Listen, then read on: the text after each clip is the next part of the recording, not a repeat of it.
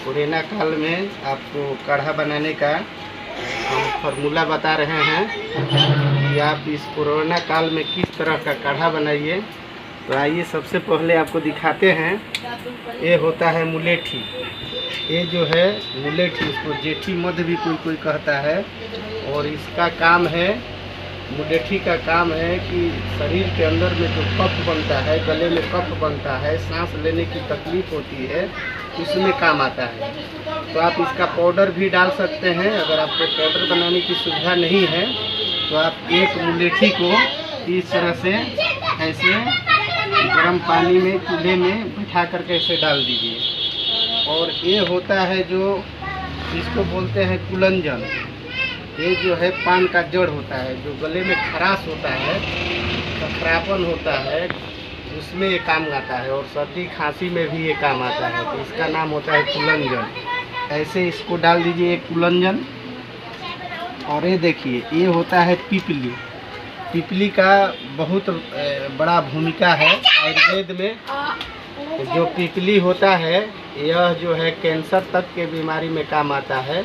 और ये बुखार, खांसी, दम फूलना, दमा की बीमारी, ऐसे बीमारी में ये काम आता है पिपली। इसका पाउडर भी आप निकाल करके बना सकते हैं। तो ऐसे पिपली को ऐसे डाल दीजिए।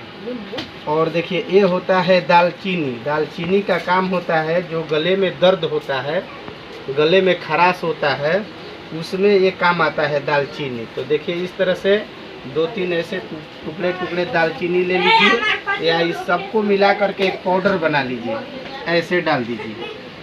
और ये देखिए, ये होता है जो सौंठ, जिसको सौंठ कहते हैं। अगर आपको ये देखिए, ये काला वाला सौंठ, एक सफ़ेद वाला सौंठ होता है। दोनों में से कोई भी एक सौंठ ले लीजिए। यह शरीर में गर्मी को कायम रखता है, बहुत गर्म चीज़ होता है।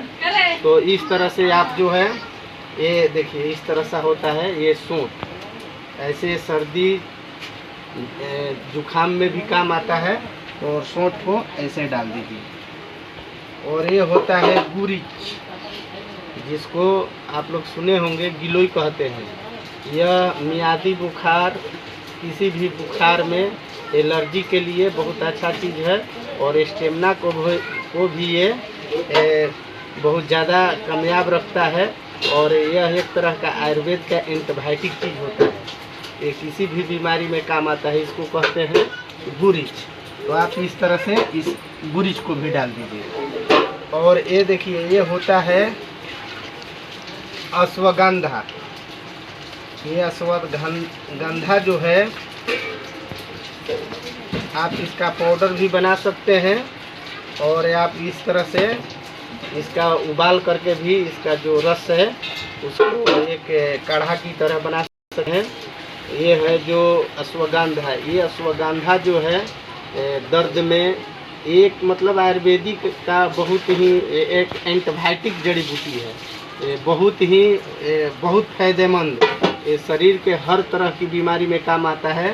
तो याद रखिएगा अश्वगंधा। आप इसका पाउडर भी डाल सकते हैं सभी चीज़ का बना करके। या अगर आपके पास पाउडर बनाने की सुविधा नहीं है तो फिर आप इस तरह से भी काढ़ा बना सकते हैं। ये होता है, ये देखिए, ये है ये लौंग, दमा, खांसी, हफनी, इस तरह का बीमारी में काम आता है। तो आप इसको 2, 4, 5 लौंग ले लीजिए। अगर आप पाउडर नहीं बनाते हैं तो इसको भी ऐसे 2, 4, 5 खड़ा डाल दीजिए। और ये होता है इलायची। पेट में जो कृमि वगैरह हो जाता है, पिल्लुआ वगैरह पड़ जाता है, उसमें भी काम आता है।